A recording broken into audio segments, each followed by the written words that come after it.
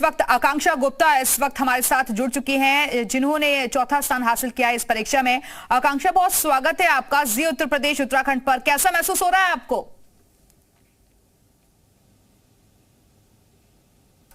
आकांक्षा, आपकी आवाज नहीं आ पा रही है, शायद माइक आपका म्यूट हो गया है। हाँ मैम, आई आवाज अब आपको? जी जी जी, अब आ रही है आवाज। कैसा फील कर रही हैं आप? जी बहुत ही अच्छा। अभी तक तो मुझे विश्वास भी नहीं हो रहा है कि मैं ही हूँ। इनफैक्ट आपके चैनल पे आया था, फ्लैश हुआ था, तब मुझे लगा कि मैं ही हूँ। मैं तो अपना रोल नंबर देखने के लिए चली गई थी कि ये मैं ही हूँ कि नहीं हूँ। यकीन था आपको कि ये जो लिस्ट जारी होगी उसमें आप भी टॉप 10 में रहेंगी? और क्या जो एक्सपेक्ट कर रही थी उसके मुताबिक रिजल्ट आया है? ये एक्सपेक्टेशन से तो बहुत ही ज्यादा अच्छा आया है, और यकीन तो नहीं था मुझे टॉप 10 का कहीं भी। भगवान से बस ये प्रार्थना चल रही थी कि टॉप 10 में तो नहीं, बस लिस्ट में कहीं ना कहीं आ जाऊं। और ये तो बहुत ही अच्छा रिजल्ट आया है, अनएक्सपेक्टेड। पेरेंट्स को कैसा फील हो रहा है? बहुत ही अच्छा, बहुत ही अच्छा। उन्हें भी यकीन नहीं हो रहा है। आकांक्षा, और जब से आपने रिजल्ट देखा होगा तब से आपके घर में लगातार आने जाने वालों का सिलसिला जारी होगा। आपके परिवार वाले, आपके वेल विशर्स क्या कह रहे हैं आपको? बस उन्हें भी यकीन नहीं है, और वो भी मुझे बधाई दे रहे हैं, कह रहे हैं तुम्हारी सालों की मेहनत रंग लाई। और बस, और तो यही है बस। अब क्योंकि आपने मेहनत का जिक्र भी कर दिया तो जरा अपना पूरा स्केड्यूल भी आप बता दीजिए। कैसे प्लानिंग करी आपने और क्या आपका स्केड्यूल रहता था पूरा? मैं तो 2017 से इस चीज की तैयारी कर रही थी, और शेड्यूल तो ये था कि 8-9 घंटे तो दिन में पढ़ना ही होता था, कुछ भी हो जाए। इनफैक्ट मेरे भाई की भी शादी थी, कजन की, अभी 2-3 महीने पहले। उसमें भी मुझे था कि मुझे पढ़ना है। तो कितनी इतनी डिफिकल्ट चॉइसेस रहती हैं कि आपको पढ़ना है, आप नहीं जा सकते, आप कहीं या जा रहे हो तो बहुत लिमिटेड टाइम के लिए जा रहे हो बस। नहीं तो इजी आपके लिए क्या रहा? मतलब ये माने कि जो आजकल सोशल मीडिया में हम देख रहे हैं कि जो डिजिटल वाली दुनिया आ गई है ना, तो उससे काफी आसान हो जाता है पेपर को मतलब क्वालिफाई करना। जी जी बिल्कुल, मैंने तो सारी सेल्फ स्टडी से ही तैयारी करी है। तो मेरे लिए तो बिल्कुल ही यूट्यूब और टेलीग्राम और ये सब बहुत ही ज्यादा फायदेमंद रहा है। इनफैक्ट जब मैं मॉक इंटरव्यूज के लिए भी, मुझे इतना ज्यादा टाइम नहीं मिल पाया था जाने का दिल्ली, तो बिल्कुल ऑनलाइन ही मॉक इंटरव्यूज दिए मैंने कितने। तो बहुत ही ज्यादा फायदा मिला है। आकांक्षा, क्योंकि आप बता रही हैं कि 2017 से ही आप प्रिपरेशन कर रही थी, तो हम चाहेंगे कि सिलसिलेवार तरीके से आप बताएं कि कहां पर आपने कोचिंग ली। क्योंकि आप ये बता रही हैं कि अब तो खैर आप सेल्फ स्टडी करती थी, लेकिन कोचिंग कहां से ली, उसके बाद कितने अटेम्प्ट्स आपने दिए? क्योंकि बहुत मुश्किल होता है ये कि एक बार में ही कोई क्वालिफाई कर जाए, और प्री तो हो जाता है लेकिन मेन्स में निकलना बहुत मुश्किल होता है। मैम, मैं साथ में यूपीएससी की भी तैयारी कर रही थी, तो मैंने यूपीएससी यूपीपीसीएस साथ साथ में किया है। मैंने कोचिंग कहीं से एज अ क्लासरूम स्टूडेंट में कहीं भी नहीं थी। तो ये मेरी खुद से ही है, 2017 से देहरादून में रह करके ही मैंने तैयारी करी है। यूपीएससी मैंने 2 बार प्रीलिम्स क्लियर किया है। मेंस में मेरा एक बार इंटरव्यू कॉल 13 नंबर से रह गया था, एक बार 2 नंबर से रह गया था। और उसके बाद फिर मैं साथ साथ में यूपीपीसीएस भी दे रही थी, तो 3 बार तो मेरा यहाँ का प्रीलिम्स ही नहीं क्लियर हुआ। लास्ट ईयर मेरा प्रीलिम्स मेंस क्लियर हुआ था, इंटरव्यू तक मैं पहुंची थी, बट फाइनल लिस्ट में नाम नहीं था। और इस बार तो रैंक 4 आ गया है भगवान की दया से। तो ये जैसा कि आप बता रहे हैं कि कुछ नंबर से ही आप रह गई थी, उस दौरान बहुत बुरा लगा होगा, और फिर से प्रिपरेशन करी आपने, और फिर आज तस्वीर सबके सामने है कि बड़े बड़े अक्षरों में आपका नाम हर तरफ हम देख रहे हैं। जी थैंक यू मैम। और हाँ बिल्कुल, इनफैक्ट मेरा जो ये 2000, मैं एक चीज बोलना चाहूंगी, जो 2022 का प्रीलिम्स था यूपी का, उससे एक हफ्ते पहले ही मैंने यूपीएससी का मेंस प्रीलिम्स भी दिया था 2022 में। और मेरे साथ इतना अनफॉर्चुनेट हुआ कि मेरा सीसेट नहीं क्लियर हो पाया। एक बहुत ही आसान पेपर जिसे हम मानते हैं, और मेरा वो ही रह गया था, मेन पेपर क्लियर हो रहा था। तो उस डिप्रेशन के बाद भी मैंने हफ्ता भर तैयारी की कि चलो यूपी पीसीएस में देखते हैं। अब मैं क्लियर कर रही हूँ, तो ये मुझे लग रहा है कि ये वो एक हफ्ते का दृढ़ निश्चय था कि कोई बात नहीं, जब ऐसा होता है तो। नहीं, अफसर बनने का सपना ये आपका खुद का था या आपके परिवार वालों का था? देखिए 2017 में तो ये मेरे परिवार का ही सपना था, लेकिन जब मैंने तैयारी करी तो मुझे खुद ही इंटरेस्ट आने लग गया, और फिर ये मेरा खुद का सपना बन गया। और सपना खुद का ही हो तो ज्यादा अच्छा है, क्योंकि तभी 5-6 साल आप इतना कंसिस्टेंटली तैयारी कर पाते हैं। लेकिन आकांक्षा ये भी होता है ना कि अगर बहुत बार इंसान ट्राई करता है तो फिर ऐसा लगता है कि पता नहीं आगे हो पाएगा नहीं हो पाएगा, तो इसमें मॉरल सपोर्ट, पेरेंट्स का साथ मिलना भी बहुत ज्यादा जरूरी हो जाता है इस तरीके के एग्जाम्स में। जी बिल्कुल जी, मेरे पेरेंट्स का बहुत ज्यादा सपोर्ट था, और मैं आपके चैनल के माध्यम से ये भी कहूंगी खासकर लड़कियों के पेरेंट्स को कि आप उन्हें पढ़ने दें, जितना भी पढ़े, आप उन पे कोई भी तरह का दबाव ना डालें।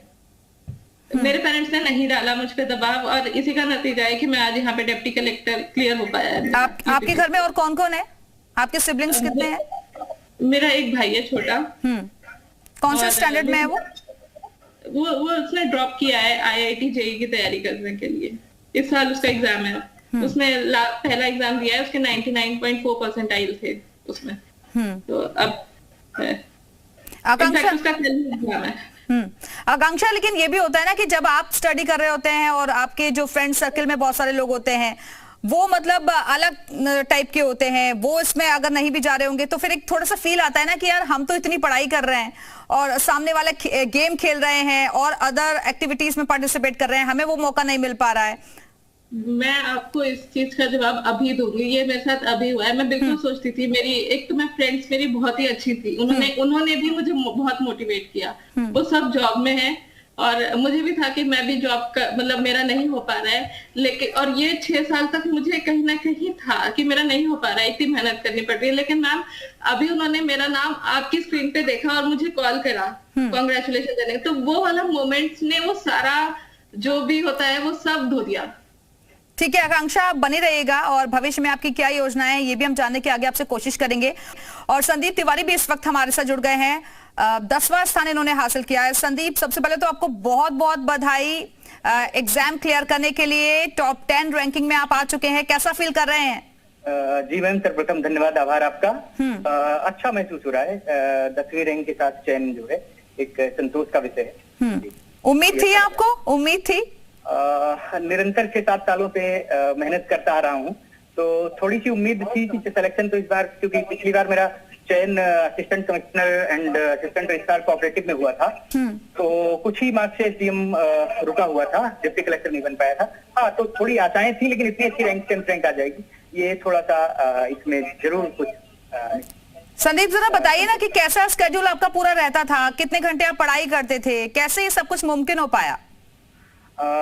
पिछले 4-5 सालों से, 5-6-7 सालों से मैं तैयारी यहाँ मुखर्जी नगर में रह करके करता था, तो डेली रूटीन मेरा वही 10 से 12-13 घंटे का, 10-12 घंटे का रहता था। और प्रीलिम्स और मेंस के परीक्षा के दौरान थोड़ा इसका टाइम का जो बढ़ जाता था, 16 घंटे हो जाया करता था। तो इस बीच में थोड़ा सा PT मेंस इंटरव्यू के दौरान ज्यादा उसमें टाइम ड्यूरेशन हो जाता था, तो मेहनत तो इस तरीके से मेरी मेहनत है। संदीप, लेकिन जैसा आप बता रहे हैं कि 24 घंटे में से 14-15 घंटे पढ़ाई करना इतना आसान नहीं होता है, वो भी कंसंट्रेशन के साथ, और आप लगातार बता रहे हैं जैसे कि कुछ नंबर से आप रह भी गए थे, तो कोशिशें आपकी लगातार जारी रही?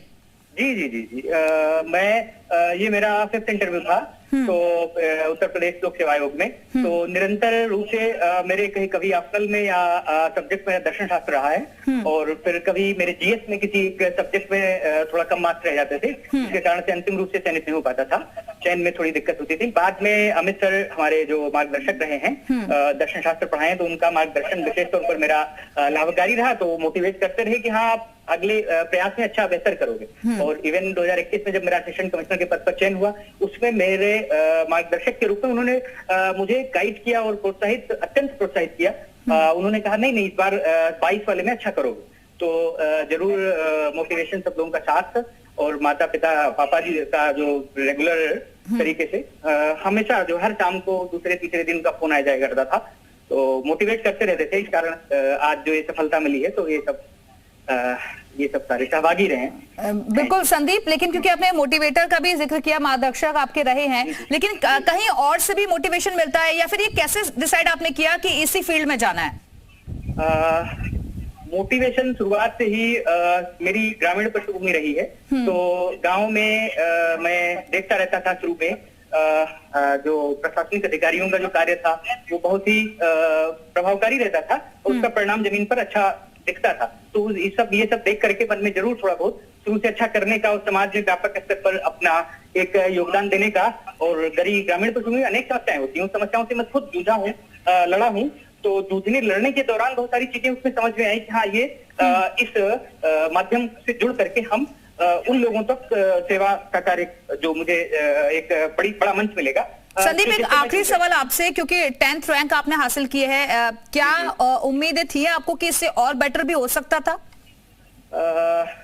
अब ये प्रश्न थोड़ा सा मुश्किल है, लेकिन हर अपना मैक्सिमम अधिकतम जो अपना क्षमता है उसका दोहन मैंने करने का प्रयास किया। तो उसके में जरूर हाँ कुछ अच्छा इससे बेहतर हो सकता था, बिल्कुल।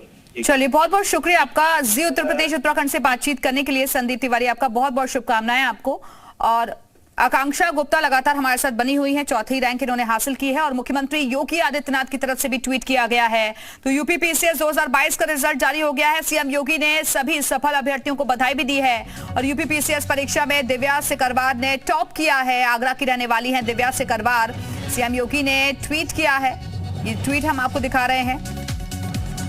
यूपीपीएससी द्वारा रिकॉर्ड 10 माह में पारदर्शी व निष्पक्ष तरीके से संपन्न हुई सम्मिलित राज्य प्रवर अधीनस्थ सेवा परीक्षा 2022 में सफल सभी अभ्यर्थियों को बधाई।